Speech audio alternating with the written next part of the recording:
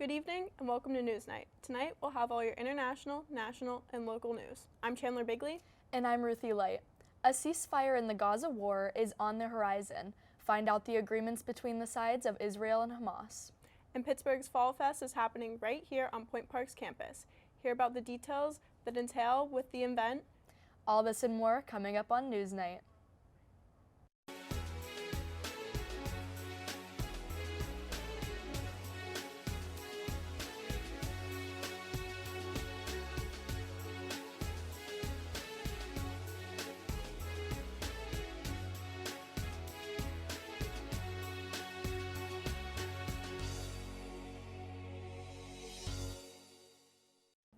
The country of Mali, located in northwest Africa, has imposed a retaliatory bond on United States citizens.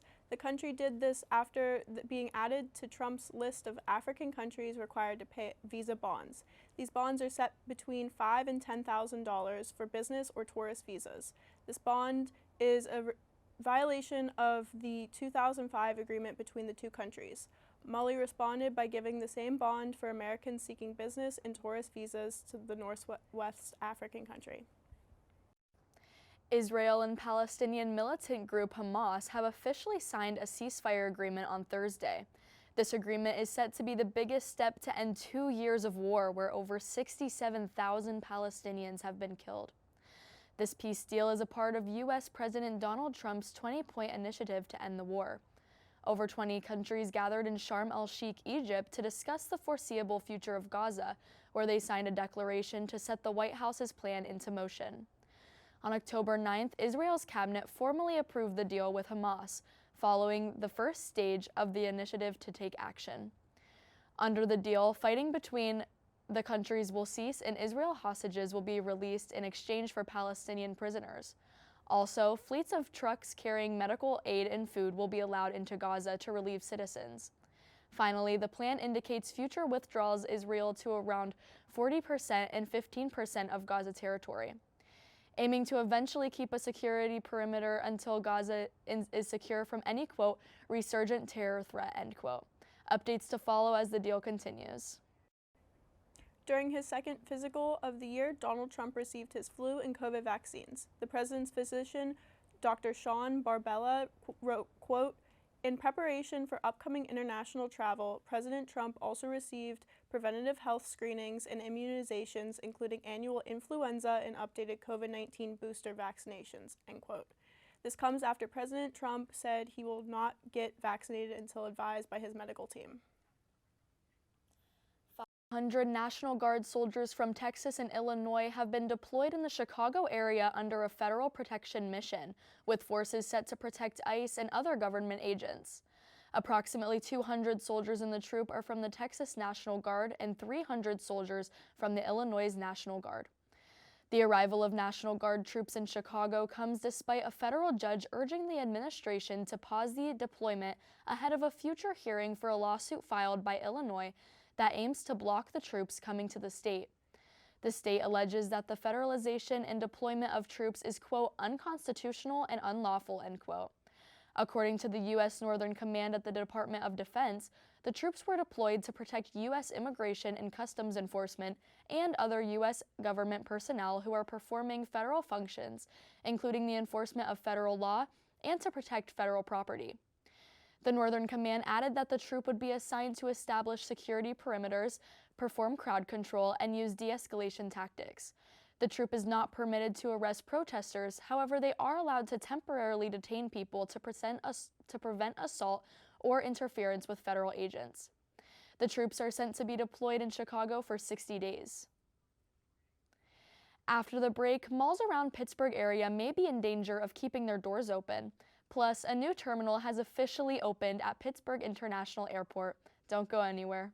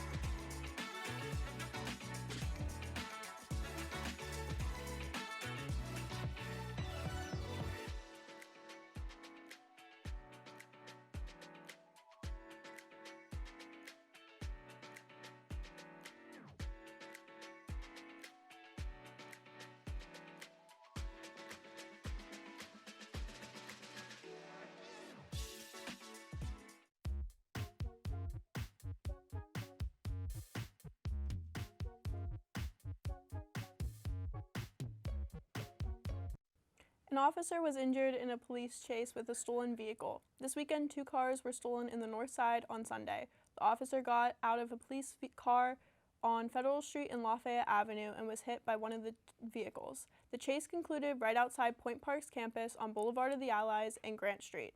4 suspects were arrested on the scene. The second stolen vehicle was found in Sheridan, but no suspects were located. On Wednesday afternoon, a 12-year-old boy and a woman were walking on the sidewalk outside of a Pittsburgh high school when they were hit by a car after the driver jumped the curb. According to Pittsburgh Public Safety, the investigation suggests a woman, presumably under the influence of alcohol, was driving down North Mertland Street when she turned right onto Monticello Street, jumping the curb and coming into contact with 2 pedestrians on the sidewalk outside of Westington House Academy. The driver is reported to be cooperative, however, victims both faced injuries. The boy was taken to UPMC Children's Hospital for surgery with traumatic injuries to his lower body. However, the woman was taken to a hospital in stable condition. Detectives with the Collision Investigation Unit are reviewing evidence including camera footage and witness statements. The second annual Pittsburgh Fall Fest is happening right now and into next week. Reporter Anaya Sierra has the details on this fun fall event. Anaya. Festive season is here, and the second annual Fall Fest will take place right at Point Park's very own Pittsburgh Playhouse. Fall activities will be held through the Playhouse and on Forbes Avenue. This 2-weekend-long event will consist of games, local vendors, arts and crafts, food and drinks, as well as an exciting show, the Boo's Halloween House Party. The festival is free to enter, and tickets for Boo's Halloween House Party are on sale now. The event will be held from Thursday to Sunday for 2 weeks, October 16th to October 26th. Don't miss out on one of Point Park's biggest fall events. Pittsburgh hosted its annual Outfest this past Saturday, October 11th, for National Coming Out Day. Mayoral offices, local businesses, and local LGBTQIA+ organizations gathered at Hazelwood Green. Mayor Ed Gainey says, quote, "Outfest is more than just a celebration. It's a statement about who we are as a city," end quote. LGBTQIA Commission Chair Julian McLean said at the event, quote, "It's a beautiful day to celebrate who we are, how far we've come, and where we're headed. We are so lucky to live in a city that is leaning toward a brighter, more inclusive future," end quote. This is the first event of its kind for the city. Several malls in Pittsburgh townships like Robinson, Washington County, and North Franklin claim that mall owner Michael Cohen is purposefully running down malls in their locations. Cohen buys the mall's property for cheap, then will leave the buildings to fall into disarray, including not keeping up with building repairs, leading to the structure ultimately falling into shambles, and not paying bills like water and electricity. Some malls not even having their grass cut since spring. Cohen has also received over $200,000 in code enforcement fines, but those still remain unpaid. Cohen has also received several lawsuits against his locations across the states. Ultimately, Cohen's actions have left Pittsburgh townships to take matters into their own hands and buy the properties and hopefully return them to their original state. How do you throw away your electronics? October 14th is National E-Waste Day, which brings awareness to the growing number of e-waste and the organizations available to help. Reporter Callion Winder reports how to dispose of e-waste properly. Kay? Electronic waste has spiked over the past years, including Pennsylvania, so National E-Waste Day on October 14th is bringing awareness to how to dispose of your electronics safely. E-waste or electronic waste includes monitors, phones, refrigerators, hazardous materials, and more. And without proper disposal, these items can cause harm to the environment. I mean, anything that goes into the land makes its way to the water. You're poisoning the environment, and so you have to take care of the environment. E-waste collection is done by various organizations, including Off the Floor or Two Men in a Junk Truck, but residents of different Pennsylvania areas can bring them to specific Bureau collection sites. The City of Pittsburgh's collection site at 3001 Railroad Street has collections on Tuesday and Thursday afternoons. It's regulated by law that you can't throw these materials in your trash, but a lot of times folks don't know what to do with them.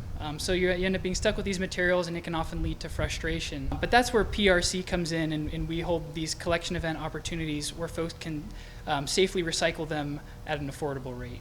So this organization works to provide resources to people around Pennsylvania with the mission to reduce waste.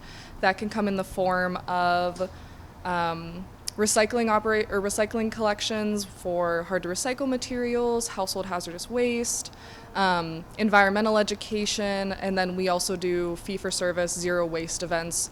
While the uptick in e-waste is being challenged by these organizations and their work, consumers should monitor their actions when regarding electronics.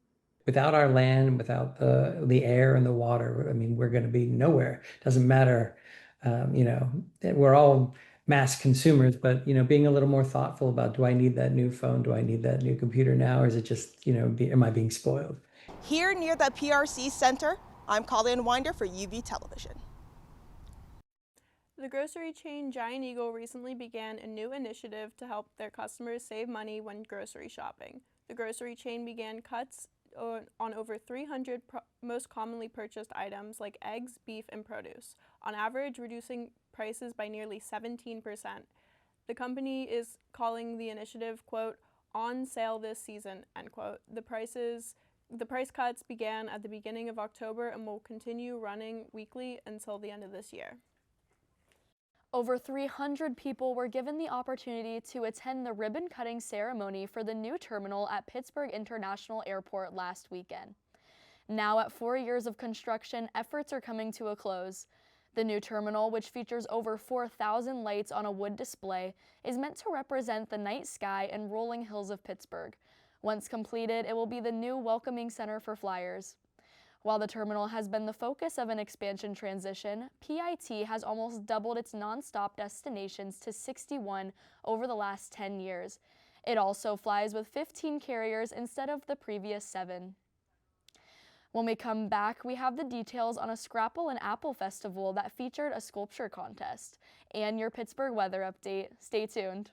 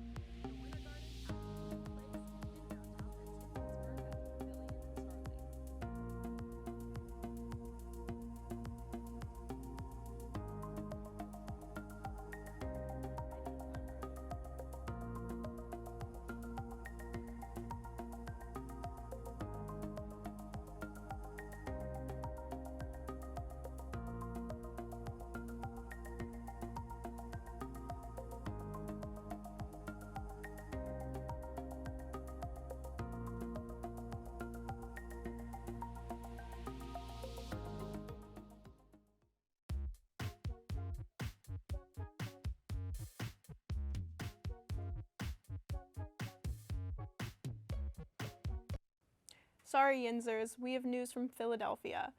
In a second annual Scrapple and Apple Festival, a Scrapple sculpture contest was held. Scrapple is a mushy combination of pork trimmings, heavily featured on the event's breakfast menu. The winner of the Scrapple sculpture contest was artwork of the Eagles' signature play, The Tush Push. The sculpture was called the Mush Push after the play and material.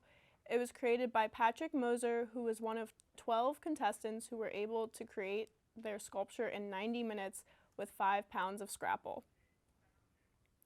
The weather around the city has definitely been a little chillier than previous weeks and is finally giving fall temperatures. First-time weather reporter Sophia Wise has the update. Sophia? Thanks, Chandler. It is finally fall season. The weather has been feeling chillier than previous weeks, and temperatures will be going up and then dropping back down.